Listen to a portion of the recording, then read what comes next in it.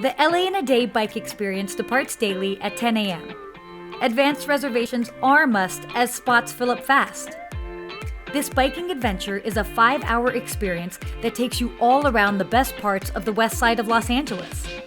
Starting in West Hollywood, you'll cruise through and see Beverly Hills, Bel-Air, Greystone Mansion, Santa Monica, Venice Beach, and much more. You might even see a celebrity while riding by these LA hot spots. You'll burn close to 2,000 calories, experience the city in an up-close and sustainable way, all while avoiding traffic and parking hassles. But don't worry, there are lots of breaks and a few walking tours along the way, plus lunch on the world-famous Venice Beach. We have incredible weather year-round, which means it's always a great time to bike. If you're suffering from jet lag, you won't after this ride. Sunshine and exercise are the best cures, and you'll get plenty of both. We highly recommend this tour on your first official day in Los Angeles.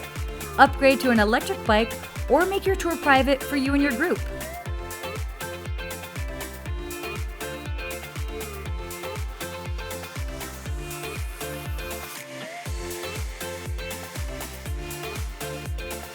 Book your spot now at bikeshikes.com.